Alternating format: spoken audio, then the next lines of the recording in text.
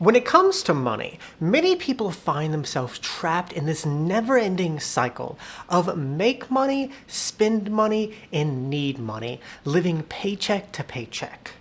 Many people find themselves in this cycle of using every last bit of their money to buy thing after thing after thing. And despite wanting to change their life, stop buying stuff, and finally get ahead financially, they find themselves unable to break the cycle. And packages continue to come every day. Impulse purchases continue to be made, and they fall short on money each month. And why is this? Why can't you stop buying stuff? Well, there are many logical reasons why, and in this video I want to dive into the psychology on why it is so hard to control your spending habits and talk about 5 reasons why it is so hard to stop buying stuff, and hopefully it can help you spend less money and get ahead financially. Now, the first reason is dopamine imbalance. So a while back, I read this book, Dopamine Nation by Anna Lembach. And in the book, the author talks about how our brains evolved over the period of hundreds of thousands of years to live in an environment of hardship and scarcity. But in the last 100 years or so, we've been living in the age of comfort and abundance. And because we live in this age of comfort and abundance, it has created this dopamine imbalance where it is hard to control our urges and stop buying stuff. And the author explains how this works by talking about something called the pain-pleasure seesaw, where on one side of the seesaw is pain, and on the other side is pleasure. This stable balance is your neutral state. Now, when you seek a pleasure activity like shopping, you push down on the pleasure side of the seesaw and get pleasure but no pain. However, eventually your brain wants to go back to this balance, so you experience some pain afterwards, like boredom and lack of contentment. And when you're back at that balance, you want to experience pleasure again. But in order to get it this time, you need a bigger hit. And so you start shopping more, which again increases the pleasure side, but afterwards you experience some pain and it balances it out.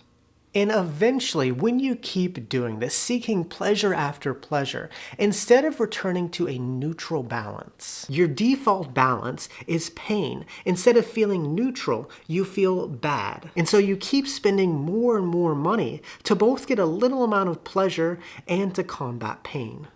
And so the first reason why you can't stop buying stuff is because you have a dopamine imbalance. You're not just spending money to seek pleasure, but you're also doing it to combat pain. And so in order to stop spending money and return to a neutral balance, the author recommends 2 different solutions. The first solution is abstain from pleasure for 2 to 4 weeks, or seek pain, which will both bring your resting state back to a neutral balance. And when you're back at that neutral balance, it's much easier to control your urges and stop spending as much money. Now, the second reason is unmet needs.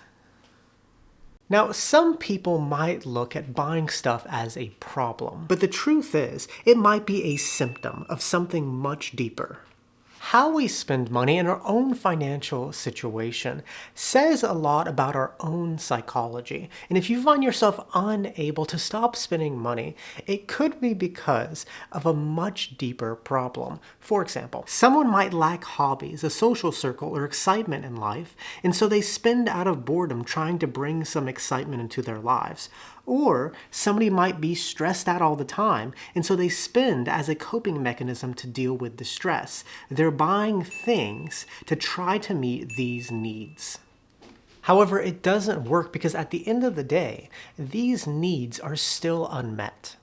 And as we spoke about earlier, the solution of buying things to seek joy in life creates a dopamine imbalance, further reinforcing the bad habit of spending more and more. And so the second reason why you can't stop spending money is because you have some unmet needs in life. You're spending so much money to try to fill a void in some other area of your life.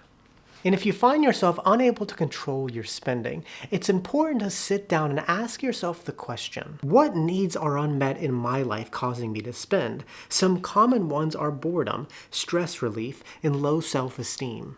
Buying stuff uncontrollably is more a symptom rather than it is a problem, and it's important to identify your unmet needs in life and focus on filling them rather than just constantly buying stuff in order to fill them. The third reason is lack of perspective.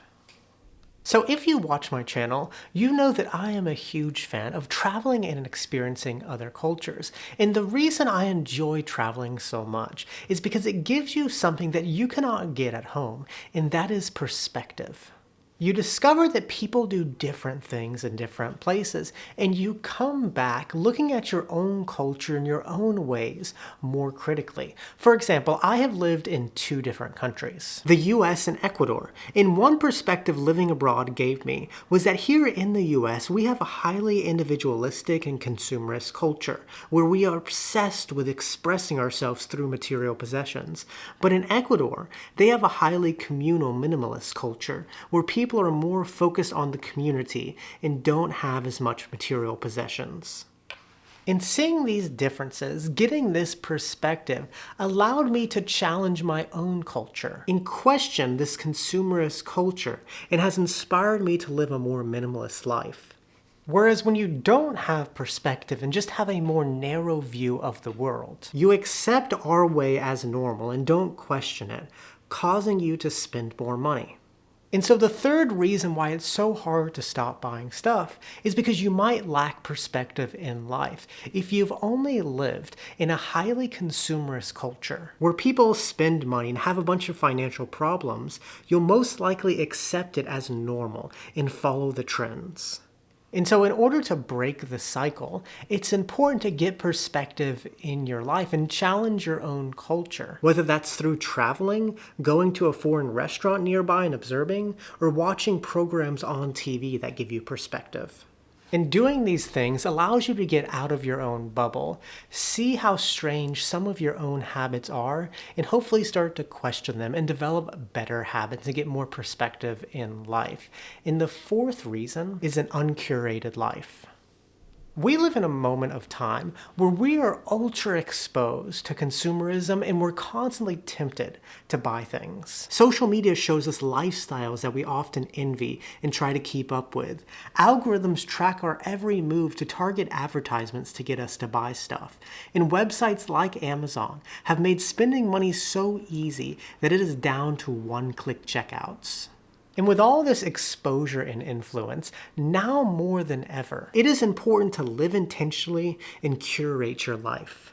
If you are not intentional with your life, this world will manipulate you to spend money, and now more than ever, it is important to be intentional and curate your life, design it in a way to avoid modern manipulation. Like curating your algorithms to not allow certain content to keep reappearing. Be conscious of how target advertising works and try to avoid being manipulated by it.